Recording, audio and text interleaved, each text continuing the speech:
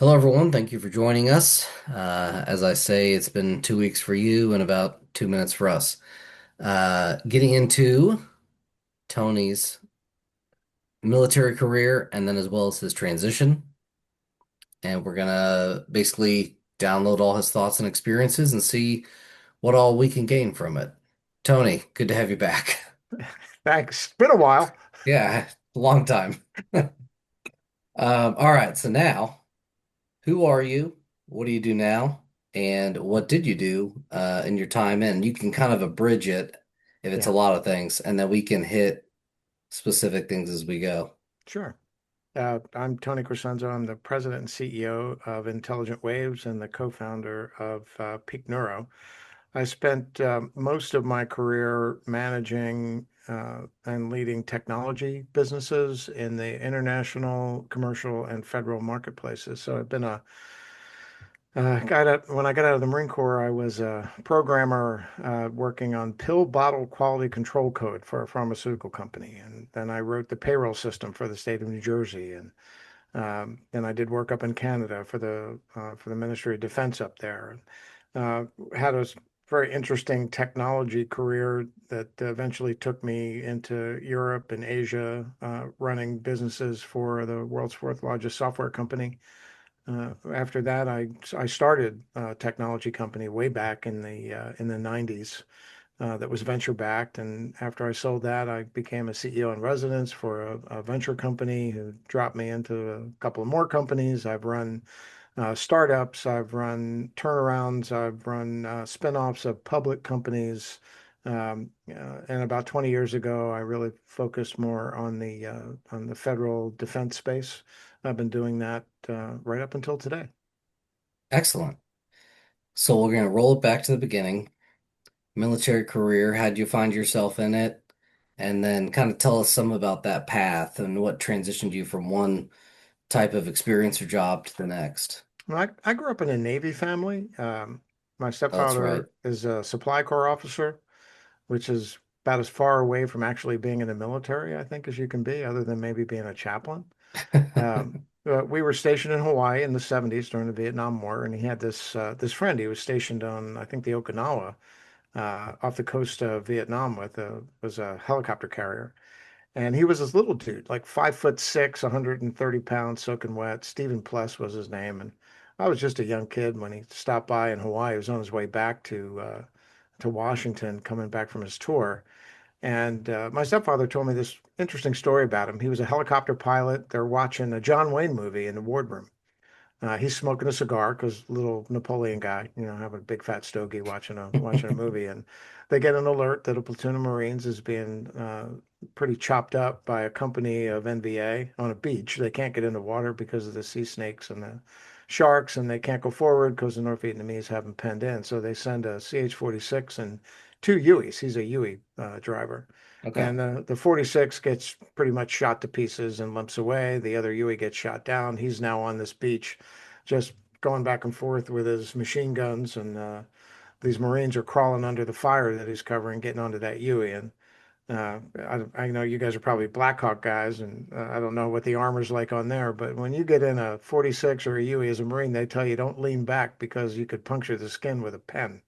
The only thing that's got armor on it in a helicopter is the pilot's compartment and the engine. So they're getting the crap shot out of them. On the way back, he's so overloaded that his skids are hitting the wave tops as he's coming back to the Oof. saipan, and he winds up slamming the thing down finally on the deck of the ship, overloaded with Marines that survived that attack. And when he goes to get his debrief, he takes off his helmet, and an AK round falls out. It had actually penetrated, gone all the way around, and sat there. And there was something like 200 bullet holes in that aircraft. And I didn't know it at the time because he was just not that kind of guy. He was on his way to get the Medal of Honor. Uh, but he was just Wow. this little tough, very self-assured guy. And I thought, man, if that's what the Marines do to you, I think I want to do that. That looked pretty good. Plus, also, spiting my parents. And I took a wrong turn on the way to a Charles Kuralt lecture in college and ran into a Marine recruiter and signed up. And I, you know, I'm kind of an interesting guy. I've been to both OCS and boot camp. Uh, I was assigned to uh, the 28th Mag. I was worked for 3rd Land Battalion for a while. I got sent to Beirut with a FAD battery, forward anti-air defense, because they were thinking they were going to fly airplanes into ships. And after the bombing and things were over there, I got reassigned to come back to the U.S. and I was a counterintelligence Marine. I actually went to an Army school. The Army counterintelligence school is in Fort Huachuca. Marines don't have their own school. They do now, but they didn't then.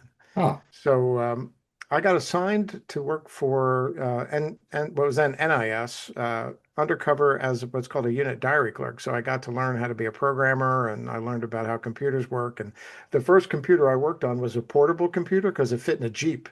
And I don't mean like the Humvees. I'm talking about Yeah. M151, right? The stuff from Yeah. World War II. It turned out that this unit that I went to, the admin chief was creating people who didn't exist in the manpower management system, was a reserve unit. And back then, that's a funny thing about the Marine Reserves. To join the Marine Corps Reserve, uh, you have to be an honorably discharged enlisted Marine, but it's all the officers that didn't augment, right? It's all the officers that couldn't stay on active duty. Yeah. So you got great enlisted guys who are kind of crappy officers, and that's not true across the board. I don't want to say that, but I got sent up to Trenton, New Jersey, and I was working for this gun. I was a corporal working for a gunnery sergeant who was creating people who didn't exist. He had a little ID card machine, and he'd make himself an ID card and cash the checks every month. Oh my So gosh. once we kind of figured out what he was doing, NIS had we faked having my car repossessed and having creditors call. And one day he says, "Hey, young man, I got a pretty good deal for you. I got this gig going. We'll make up some ID cards for you. We'll get some new people." And Dude. one day we walk into Broad Street Bank in Trenton, New Jersey, and every teller is a 45-year-old NIS agent. I don't know how this guy didn't realize what was going on. Uh, I mean, you get and away with something so long, you let your guard down. it was kind of interesting. That was probably the easy part. So when we got all the evidence, I was supposed to get sort of sequestered somewhere so I could testify, and that never happened because apparently it turned out that the rest of the unit were using, selling, and uh, uh, spoofing the piss test program. They were using cocaine and selling it, and they were taking their kids' urine and replacing it with their own. They had the Navy corpsman who was our our one Navy guy in the unit. Mhm. We'd do the piss test, and he'd take the bottles to the first sergeant's house. The actual unit first sergeant, the battery first sergeant, was involved in this. It was Yeah. all senior to me. 2 years of going to some of the craziest places and watching these guys do these things and building evidence, and it got to the point where they all got led to believe that I was smoking opium in Okinawa. And of course, I'd never been to Okinawa. They just doctored my service record book to say I did, and Oh. they literally all gave me personal checks to bribe the Naval Drug Screening Laboratory in Jacksonville, Florida, because they seized the piss test. Right, they we sort of set up a whole thing for them, and Hmm. then they all got arrested. And when they got arrested, there were, four names on the charge sheet. So I told you, I think, in the last episode that a couple of the other witnesses were killed. So I was really the sole surviving eyewitness to all of this. And the Marine Corps is small. We're not like the Army. So when that first sergeant and all those staff sergeants got relieved, and the company commander got relieved, or the battery commander got relieved, they were Hmm. replaced with friends of theirs who made my life pretty damn hard. Oh shit. Got to the point where, got to remember this was 1985.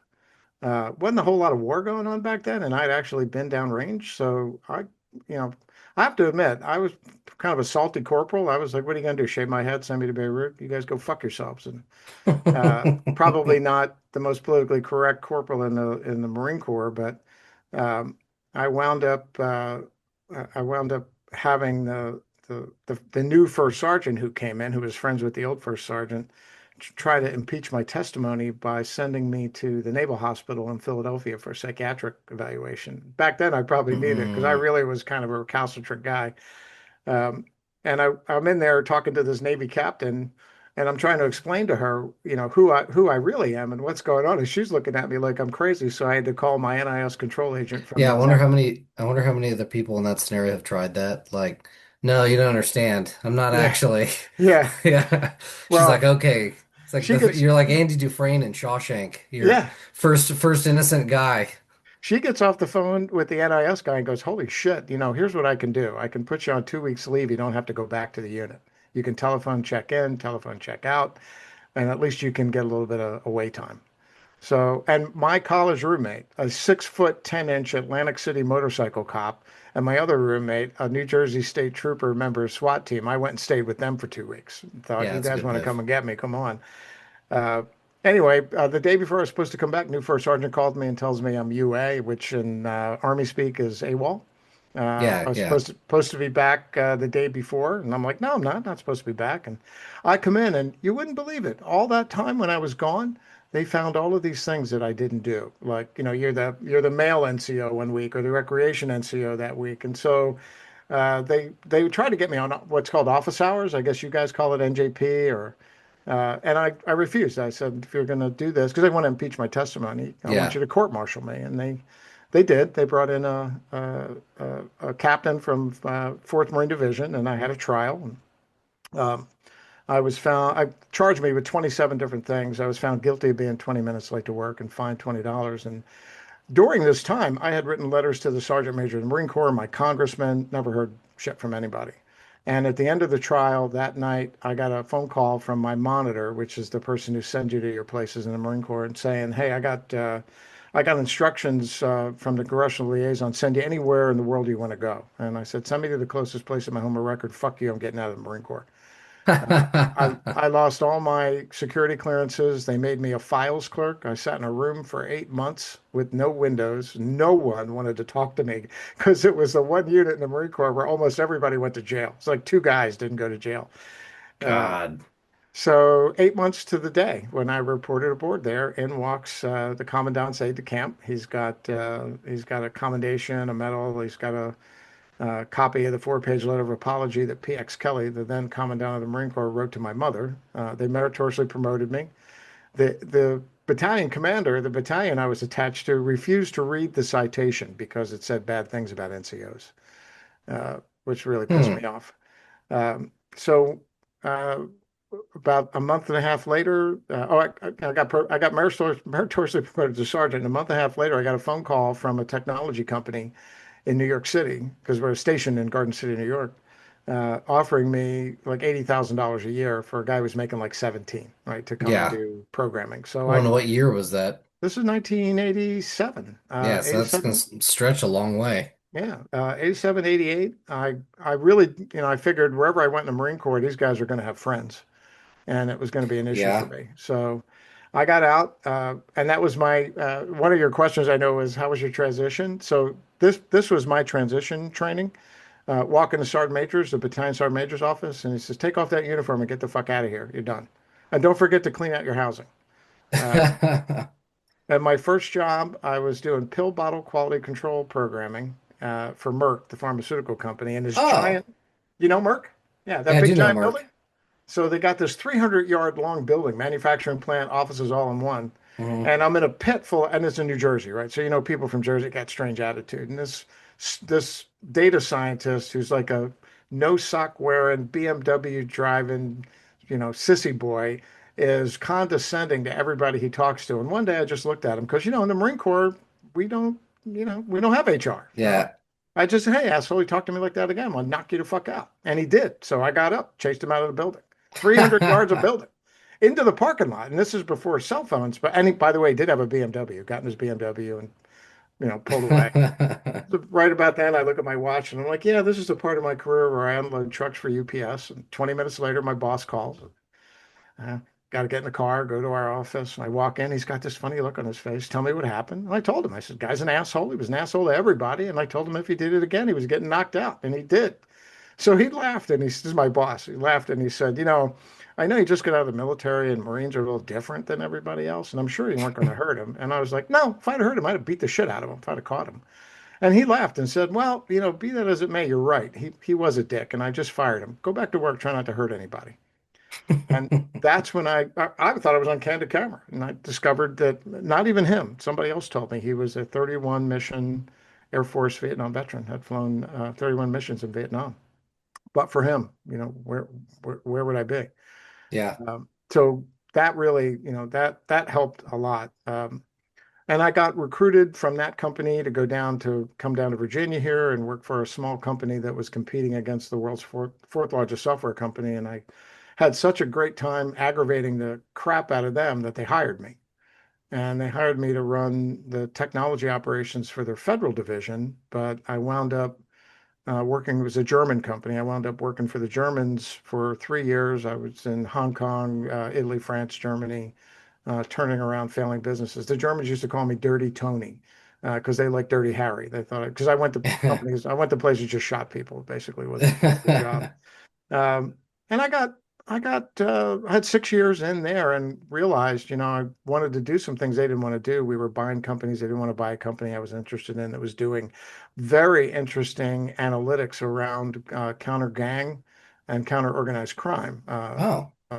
And so I joined there as the COO, was there for about a year and then founded my own business, got funding for that.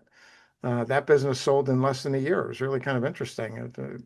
No idea how quickly that was going to happen. And then I realized that there's this whole sort of group of people who don't go to work every day. They go have breakfast and lunch and talk about deals. And I wound up running a company that was two guys from Steve Jobs' failed company.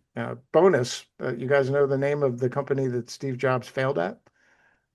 I After don't. Apple, after he got kicked out of Apple, Next Step, object-oriented I didn't know that. programming.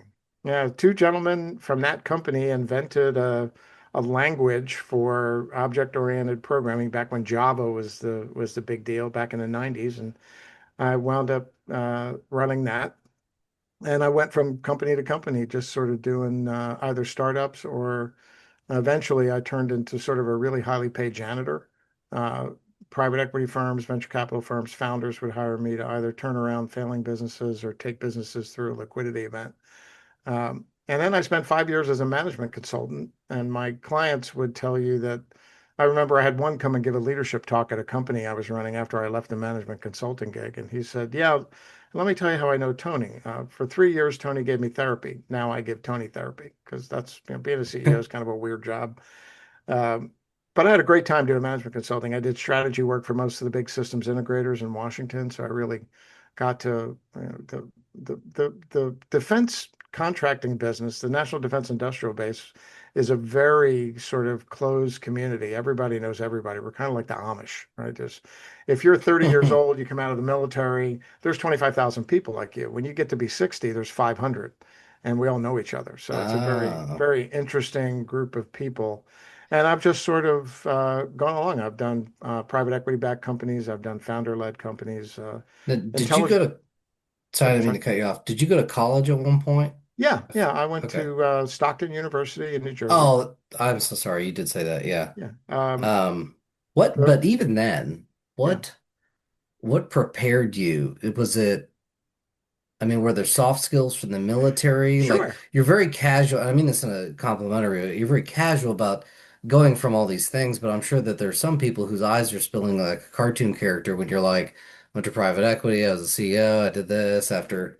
Oh, So I just, honestly I have no idea. I Forrest Gump my way through the whole thing, that's honestly. I fair. mean, but I will tell you this. If you go to Intelligent Waves, look at the board of directors or Hmm. the board of advisors, Lieutenant General John Sattler, Second Battle of Fallujah, Tom Metz, Chief of Staff of All Forces in Iraq, Sue Payton, Undersecretary of the Air Force, Jim Hunt, venture capitalist and former CIA operative, Rob Franklin, the founder of Morgan Franklin, the people at the very top of the industry. I have no idea why these people return my phone calls, let alone come and serve on a board that I put together.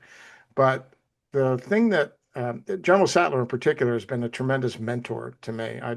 I'm on the advisory board of the Semper Fi Fund, which is one of the largest and very highly rated charity, started by five ICU nurses working in the Naval Hospital in Jacksonville. And they got tired of people coming back losing three limbs, and they need a $60,000 van, and the VA wants to give them 20 grand. So they pulled $500 together And now they've given away, I think, 200 million over the last 13 years. Just an Fantastic. incredible group of women. And I met General Sattler. I bought a dove. Was it a pheasant and cast and blast, sharp-tailed pheasant and grouse in the afternoon, and fly fishing in the morning in Montana with General Sattler and the retired commandant, General Conway. And I got a little toasty with General Sattler one night, and he was talking about how great the NCOs were in the 80s, and I almost punched him in the head because I was so pissed off about what happened to me. And he actually brought me back into the Marine Corps. He is, I consider him a mentor of the first degree, and he was also the chair of the Stockdale Ethical Leadership Center at the Naval Academy. He's a pretty accomplished guy, and he teaches leadership at the Aspen Institute. I mean, he's he is my model for leadership. But one of the things that I came to realize over time around leadership was that everything important I ever learned about leadership, I learned in the Marine Corps. And the entire Yeah. rest of my career has been a validation exercise. If you understand the mission, you put the mission first, but people come pretty close after that, and you're not a dick, you can get a lot of cool things done. Yeah, I agree. And that's kind of what prompted that question is Yeah. um yeah, how much of the military experience and leadership influenced your capability to do all these other things? Because I think Nick and I think that's the soft skills is a severely underrated aspect when people are thinking about, oh, well, I was in the infantry, so I could just be a cop. Otherwise, my military experience didn't get me anything. It's You like, well, you guys have you're met wrong. Marines, right? You've met Marines. Marines think they can do anything. Oh I don't care yeah. what it is. I'm a Marine. Shit, whatever it is, I can figure it out. What one man can do, another can do. And so when I got out of the Marine Corps, I was doing something I knew how to do. I was writing code, and then somebody said, "Hey, uh, you ever do project management? Can you run this project?" I'm like, "Sure, no problem." And then I got a bunch of project management books. And I'll tell you, I mentor young CEOs and young and up and coming business people. And this is what I tell them: it's not fake it till you make it. It's fake it until you become it, because you can. Oh. Everybody I know, and I know some very accomplished people, has imposter syndrome. If you don't, there's two kinds of people in the world: people who have imposter syndrome and people who probably should. That's good. One of my Yeah, I really good agree with that. friends is the head of mergers and acquisitions at Holland and Knight here in Washington, the premier mergers and acquisition firm for all these big deals that get done. And he has the worst case of imposter syndrome in the world. The guy is absolutely brilliant. So, you just can't be afraid to make mistakes. I talked about the company for the two guys from Steve Jobs' Hmm. company.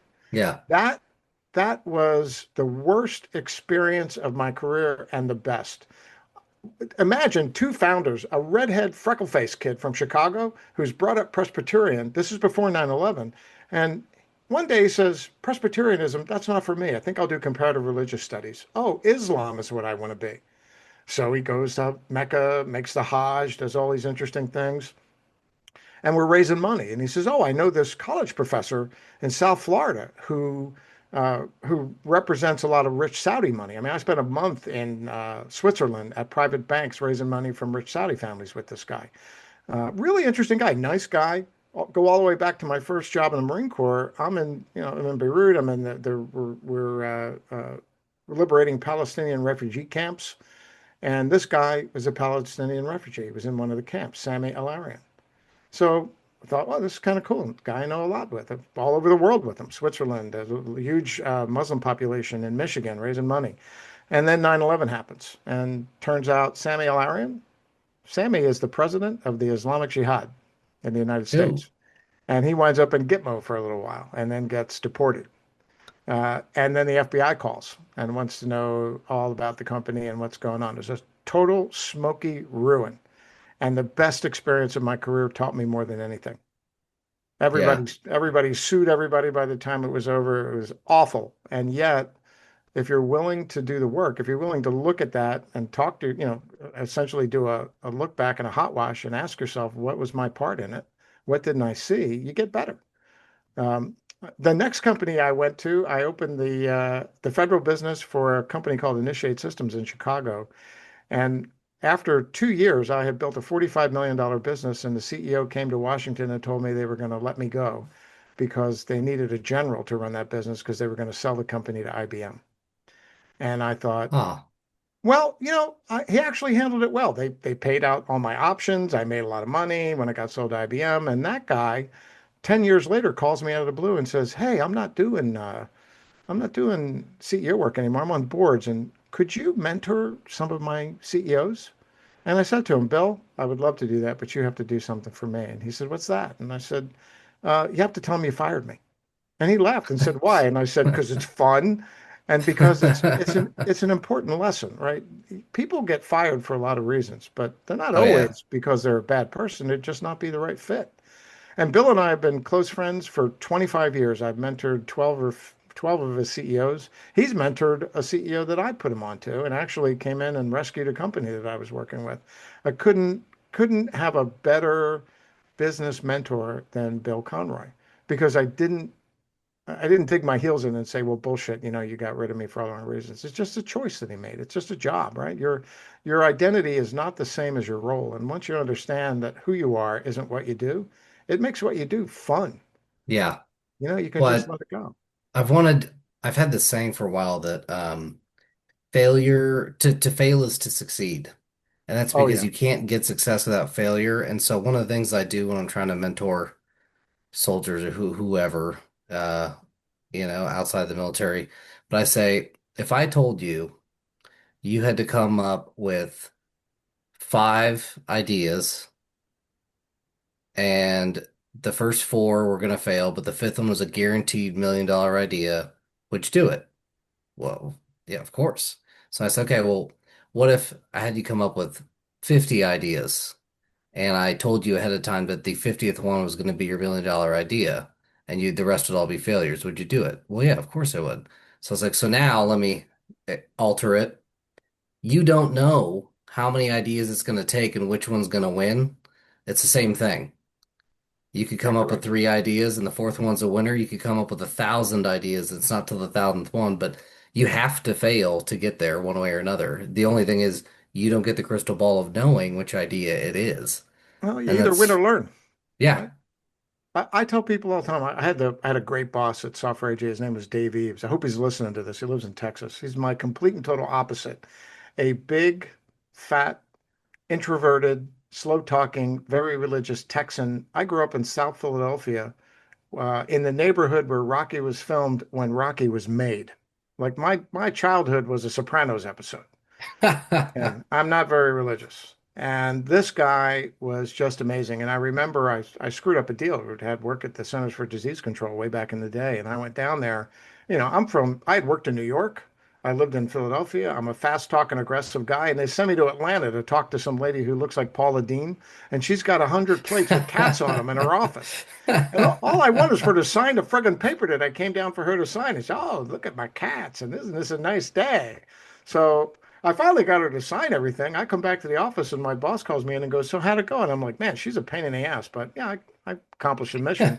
She goes, "Yeah, she just called me and she said, 'Boy, that Tony, he is a fast talker. He's smart. He's very bright.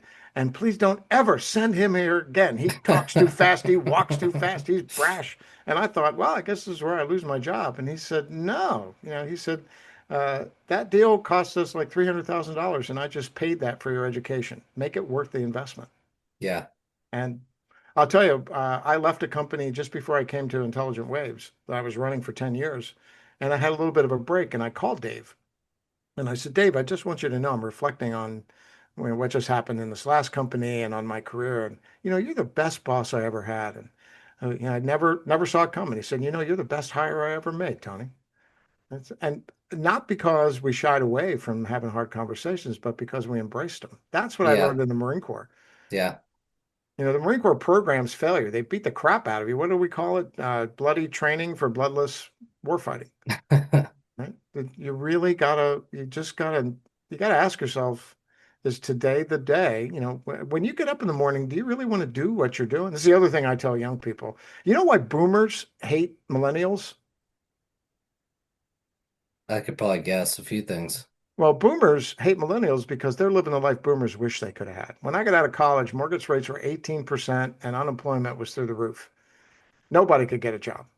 And you had to work somewhere for 5 years before you could change jobs or you get blackballed because you're, you know, Yeah, you're a job job hopper. hopper. Yeah, Now you stay somewhere 5 years and people are like, what's wrong with that guy? Right? It's crazy. Or that company must be awesome. Yeah. Work should not be work. Work should be a vocation. It should be a calling. And that's the one thing that's always been true for me is, you know, being a CEO is like being the mayor of a small town. You don't really get to do anything. Yeah. I have a daughter, she's 29 now. Her whole life as she was growing up, I was always the CEO. And so people would ask her what her dad did. And she said, well, he's the CEO. And what does that mean? Well, I don't know. And in her last year of high school, I gave her an internship at a company I was running. And at the end of the summer, I said to her, so what'd you learn? She said, Dad, I finally learned what you do for a living. Oh, what's that? She says, you don't do anything. You just get other people to do stuff. That's kind of the job. Or, you got to go through all the other jobs to get to that job. But um, Yeah. that to me, that's essentially what being in the military is. You have a mission, you know what the parameters of the mission are, you know what success looks like, and you take the shortest distance between 2 points to accomplish the mission. If you stay focused and you keep the people around you focused on the mission, that's the hard part with leadership, Yeah. right? A CEO at the end of the day lives in the future, right? Our job is to envision a future that doesn't exist and get people so excited about that future that they not only make it real, they make it theirs. Because nobody wants to do my plan. Trust me, nobody in Intelligent Waves gives a crap what I want to do. They want to do what they want to do, and my job is to make what they want to do match what I want to do in the I most th meaningful ways for them.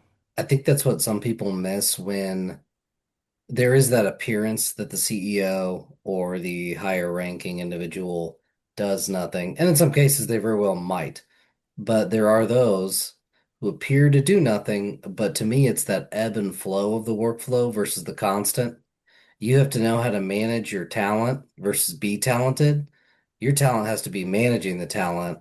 And there are times where you got to step in with experience and knowledge and that looking at the future, and you have to apply it fast and hard in one scenario.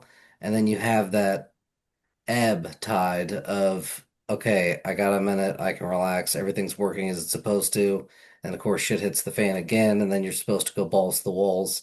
No, So I'm that's, I'm still waiting for the ebb, but well, you guys know General Mattis. Everybody loves General Mattis, former Mhm. Secretary of Defense. I'll tell you a funny story about him, kind of sad story and funny story all in one. The last company I ran before Intelligent Waves, we had a young Marine, 2 tours in Iraq, tour in Afghanistan, joined the company. 3 weeks later, jumped off a parking garage, the fourth story, and knew he was going to do it on Friday. He didn't, he waited till Sunday, spent the weekend saying goodbye to his family, although they didn't know he was going to do it. And he Mhm. actually survived because he was a radio man. He had legs like tree trunks, broke every bone in his body. Oh, Um, Took him 8 months to recover. And we took care of him. And when he recovered, I mentioned earlier, I'm on the advisory board of the Semper Fi Fund. The CEO's uncle was killed in the Battle of Tarawa. And she called me, I think it was 2016 or 17, and said, they found my uncle's remains. We're going to bury him at Arlington Cemetery. Would you like to come? I said, great. I'd love to bring this young Marine with me. And so she said, yeah, great. And um, one of my good friends is the retired Sergeant Major of the Marine Corps, Carlton Kent. He's the 16th Sergeant Major in the Marine Corps. Great guy. Um, we go to the funeral, and there's 1,000 people there. So there's a silent drill team, all these people in dress blues, generals, all of it. And as we're walking up to the gravesite, I got this young Marine on my left who just got out, and on my right, this guy on my right keeps bumping into me. And the funeral director's gone, pack it in, pack it in. So third time he bumps into me, I turn around and go, hey, dude, and it's General Mattis. And next to him is what's his name? Trump's chief of staff. He was also DHS, another general. yeah, I'm blank. I'll know it Uh, if I heard it. well, they're in suits. They got no PSD, no security detail. They're just standing there. So of course I say Mhm. nothing. The service is over, and I get a tap on my shoulder. I turn around. It's the sergeant major who happened to be General Mattis's sergeant major before he was sergeant major in the Marine Corps in Iraq. And so General Mattis, General Kelly was the other general. Mhm. They picked this guy up. They're jumping up and down, singing songs from when they were downrange, and Sergeant Major Kent says, "Hey, General, let me introduce you to Tony Crescenzo." I was at the time working on advocating for minimum requirements for veterans on DoD contracts. And General Mattis says, "Oh, I recognize your name. It's nice to meet you." And I was just very gracious. He's that kind of guy. And I said, "Well, General, it's a pleasure to meet you. May I introduce Sergeant Micah Price? He served under you in Iraq." And Mattis, because he's a Marine, right? Got a beard like ZZ Top, got a million tattoos. Mattis Oh grabs yeah. his face and goes, "Hey, what's that shit on your face?" And the young kid looks at him and goes, "Well, you got long hair for a 4-star, sir, don't you?" And Mattis goes, "Well, you got to tone it down when your nickname is Chaos." So we're talking about leadership. 5 years later, I'm at the O Club in Quantico because my buddy, the retired CWO4, is like a fire truck. Um, he's running the JLTV program for Oshkosh, the truck company. They sponsor a That's tape. Yeah, they sponsor a table. Mattis has come to give his speech. He had just published his book. And a friend of mine who was in Beirut bought a book, bought a copy for me, and it turned out Mattis doesn't sign the books. He only signs like a card in a book. It's weird. But he goes in the oat club, and here's Diddy bopping around the oat club. He'll sign your shoes, your socks, your scabbard, your wife's boobs. He doesn't care. He's just having the time of his life. And my buddy says, "Hey, let's go talk to General Mattis." And I look at him and go, "I don't run in those circles. You go talk to him." And 10 minutes later, he waves me over, and I hear him saying to Mattis, "Oh, I bought this book from you 2 weeks ago. I don't know if you remember me." And Mattis, being the gracious man he is, says, "Of course I remember you." And I said, "General, I'm sure you don't remember me, but it's a pleasure to see you." And he goes, "What are you talking about, Tony? That guy ever shaved that shit off his face?" So later, after he does his presentation, he takes questions. I mean, off the wall, no preparation. And a young Marine sergeant in the back says, I want to go to OCS. I want to be an officer. What advice would you give me?" And this ties back to what CEOs do. Mattis says, "Let me tell you, my advice to you is have fun right now." Because when we went into Afghanistan and President Obama called me and wanted to know if we could put boots on the ground in 24 hours, I didn't have time to look up the lift capacity of a C-130 or how many troops I could fit on an LCAC. I had to know that. So when everybody else is taking it easy, the leaders are out there thinking about the next fight. yeah, there yeah, That's the job. totally. That's the job. Yeah. If you're a CEO and you're not the hardest working person in your company, you don't deserve the job. Yeah. Um, if you were to go back in time to the day that you started your military career, what would be the advice you would give yourself? I'm not sure I could say that in public, but uh, Oh, we definitely got to hear it now. well, you know the term brass. Yeah, It would be to remember brass. I'll have to double check now. But all right. Sure, people can Google it. That's making sure that you fire true when you fire your weapon. Breathe, relax. You know that you guys don't know brass? Okay. I don't think we do. Must be a Marine thing. It's a memory mnemonic for how to make sure you stay on target when you're shooting. I've Okay. been in a few fights that I probably spent too many rounds. Could have done a little better. Well, that's good advice though. Because for us, it was, your breathing, trigger squeeze, support, and then side picture. Yeah, So, I think I had a very atypical Marine Corps career. I loved and hated it. I swore off the Marine Corps for probably 2 decades until I ran into General Sadler, and that saved me as a Marine. It really changed the way I saw my service. And I think a lot of veterans feel that way.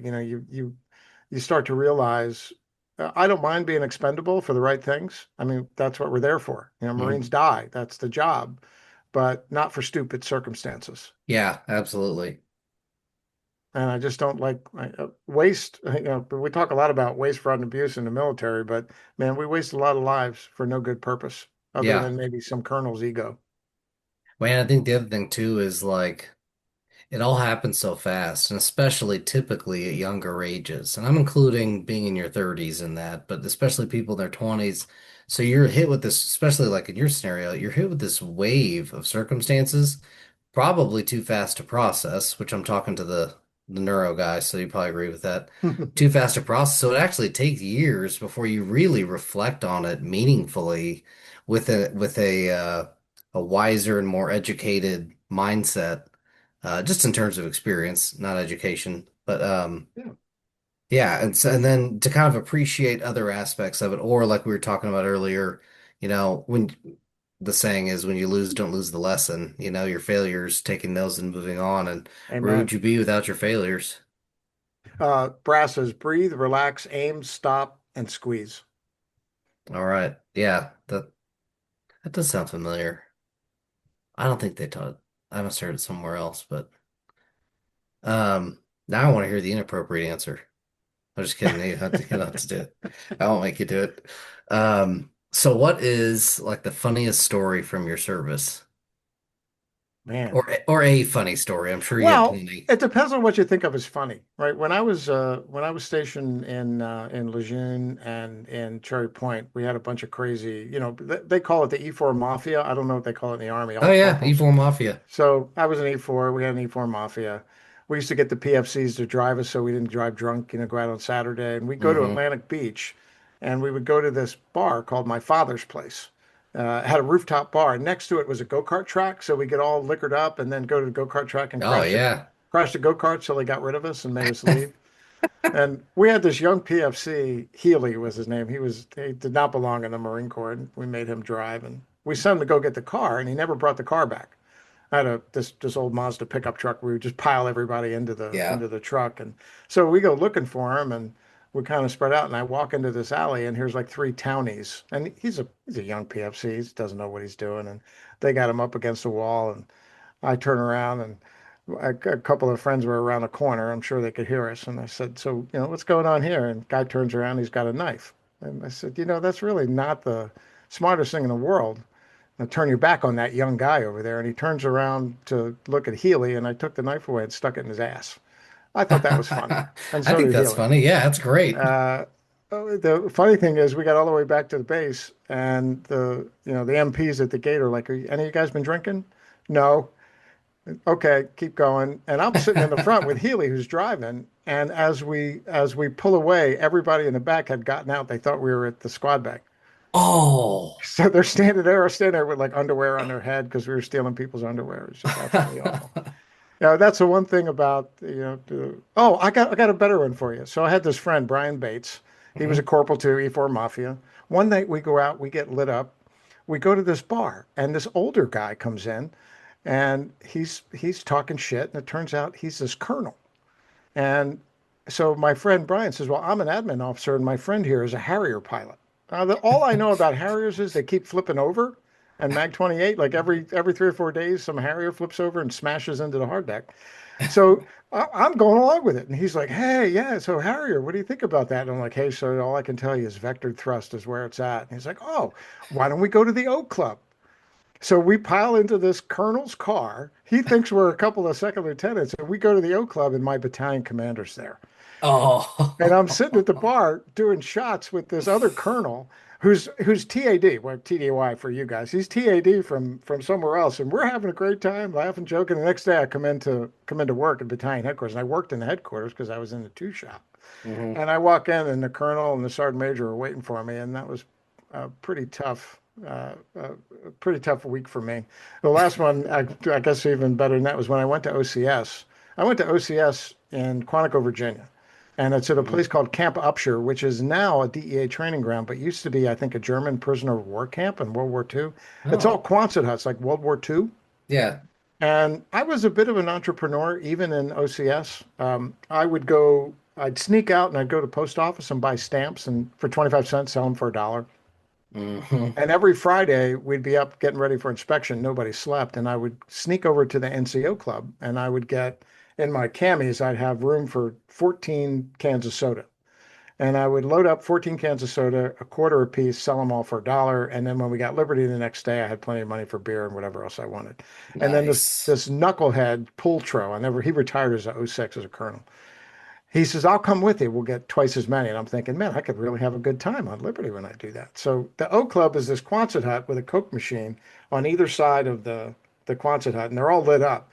And candidates in the Marine Corps, you have a white name tag on your back and a white name tag here. So everybody knows who you are. You can't hide. And I'm Yeah. standing in the dark, going around a corner, putting the little quarters in, and this Hmm. idiot's silhouetted in front of the machine. And I hear, hey, what are you doing there, candidate? And he says, I'm getting sodas, sir. Are you alone? No, sir. Candidate Crescenzo is around the corner, and it was our battalion commander. So the duty NCO was our platoon sergeant, whose name, no shit, was Staff Sergeant Payne, Payne. He was this Mm. big, nasty dude. So he knew Piltrow was an idiot. I go in there, I got like 16 soda cans. They're on the desk. He goes, "What are you doing with those sodas?" I said, "Well, I'm drinking them, Platoon Sergeant." "Really? They're all just for you?" "Oh, yes, Platoon Sergeant." He goes, "Okay, drink them."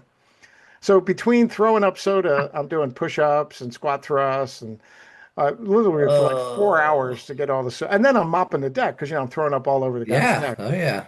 So it's like 0 500. I'm exhausted from doing push-ups and throwing up, and he's going off duty now. The new duty NCO comes in, and now we were Kilo Company second platoon. They make me dig a trench K2, and I dig the trench, and the trench is in the wrong spot, so now I got to move it 3 feet to the right, 4 feet to the left till I get it right. It's like 5 or 6 times. It's 95 degrees in Quantico, and then they made me put a bunch of rocks together in formation. And the platoon sergeant tells me they're purple bobble rocks. And I got to report how many purple bobble rocks I have ready for inspection. And I was a laugher, so I couldn't do it.